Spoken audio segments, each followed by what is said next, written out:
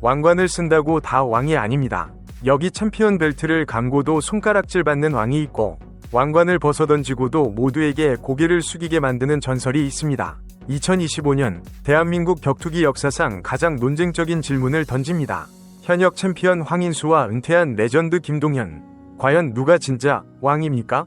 힘과 도덕, 실력과 인성, 그 모든 것을 저울질했을 때 드러나는 잔혹한 격차를 확인해 보시죠.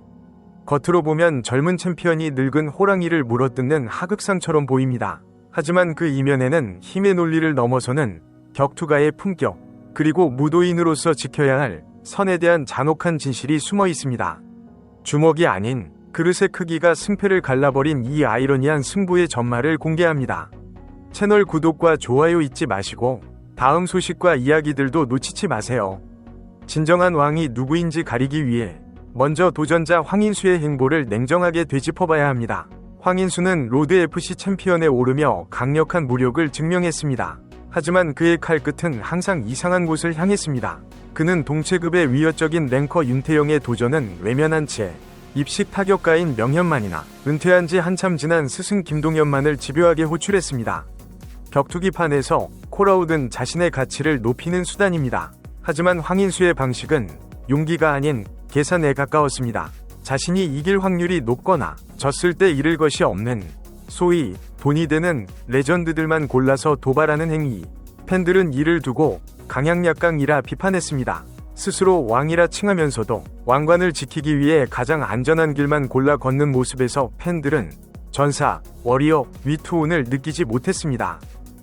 반면 김동현의 커리어는 그 자체로 가시밭길이었습니다. 그는 UFC라는 정글에 맨몸으로 뛰어들어 네이트 디아즈, 카를로스 콘딧, 데미안 마이아 같은 세계 최강의 괴물들과 옥타곤 문을 걸어 잠그고 싸웠습니다. 피를 흘리고 뼈가 부러지는 전쟁터에서 그는 도망치지 않고 살아남아 세계 랭킹 6위라는 금자탑을 쌓았습니다. 김동현이 왕으로 대접받는 이유는 그가 편한 길을 갔기 때문이 아니라 아무도 가지 않은 가장 험한 길을 개척했기 때문입니다. 이 두 사람의 결정적인 차이는 실력을 넘어 도덕성, 모렐러티에서 극명하게 갈립니다. 무도, 위 시작과 끝은 예의라고 했습니다. 하지만 황인수는 자신을 키워준 스승 김동현을 향한 존중을 저버렸습니다. 과거 팀 스턴건 소속 시절, 김동현은 황인수가 논란에 휩싸였을 때 그를 제자로 인정하고 보호막이 되어주었습니다. 하지만 황인수는 자신이 챔피언이 되자 동현이 형은 스승이 아니다 라며 과거를 부정했습니다. 이것은 단순한 말실수가 아니었습니다. 자신의 성공을 위해 뿌리를 부정하고 은인을 디딤돌로 삼으려는 태도였습니다. 한국 격투기 팬들이 황인수에게서 등을 돌린 결정적인 이유가 바로 여기에 있습니다. 실력이 아무리 뛰어나도 인간으로서의 기본적인 도리를 지키지 않는 자를 우리는 왕이라 부르지 않습니다. 그저 힘센 싸움꾼이라 부를 뿐입니다. 그렇다면 순수하게 무력만 놓고 봤을 때는 어떨까요? 2025년 현재의 시각으로 분석해도 대다수 전문가는 여전히 김동현의 우위를 점칩니다. 이는 맹목적인 팬심이 아닙니다. 김동현은 은퇴 후에도 철인 3종 경기를 완주하는 초인적인 자기관리를 보여주고 있습니다. 반면 황인수는 고질적인 체력 문제와 그라운드 약점을 노출해왔습니다. UFC 웰터급 지옥의 라인업에서 15분을 버텨낸 김동현의 맷집과 체력, 그리고 상대를 개미지옥처럼 빨아들이는 그래플링 기술은 황인수에게는 재앙과도 같습니다. 만약 두 사람이 옥타곤에 갇힌다면 1라운드는 황인수의 주먹이 무서울지 몰라도 2라운드부터는 김동현의 압도적인 참교육이 시작될 것이라는 게 학계의 정설입니다. 실력의 격차보다 더 큰 것은 바로 경험의 농도 차이입니다. 영향력 면에서도 승패는 이미 결정되었습니다. 김동현은 현재 방송과 유튜브를 통해 격투기의 대중화를 이끌며 수많은 후배에게 귀감이 되는 멘토로 자리 잡았습니다. 그의 말 한마디, 행동 하나에는 무게가 실려 있습니다.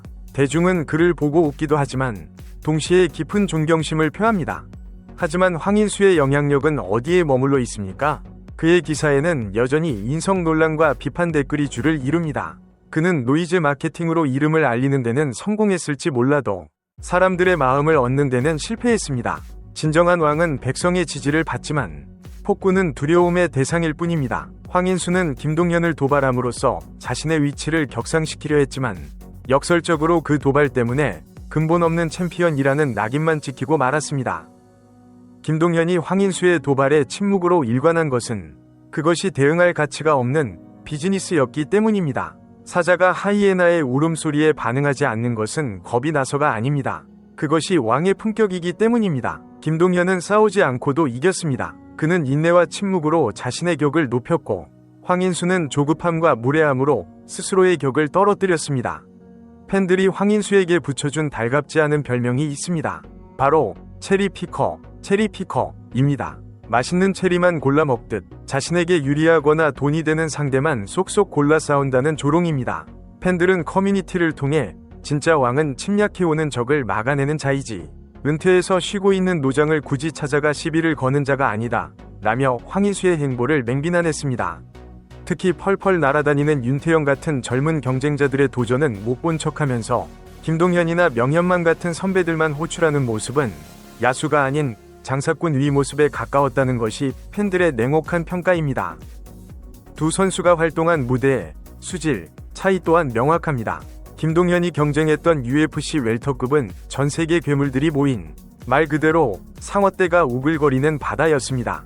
그곳에서 살아남아 랭킹 6위를 지켰다는 것은 단순히 싸움을 잘하는 것을 넘어 인류 최강 레벨의 증명서와도 같습니다. 반면 황인수가 지배한 국내 무대는 분명 훌륭하지만 냉정하게 말해 UFC라는 메이저리그와 비교하면 마이너리그에 불과합니다. 분석가들은 말합니다. 동네 골목대장이 아무리 주먹이 세다 한들 전쟁터에서 살아 돌아온 장군에게 계급장을 떼고 붙자고 하는 것 자체가 성립되지 않는 논리라고 말입니다.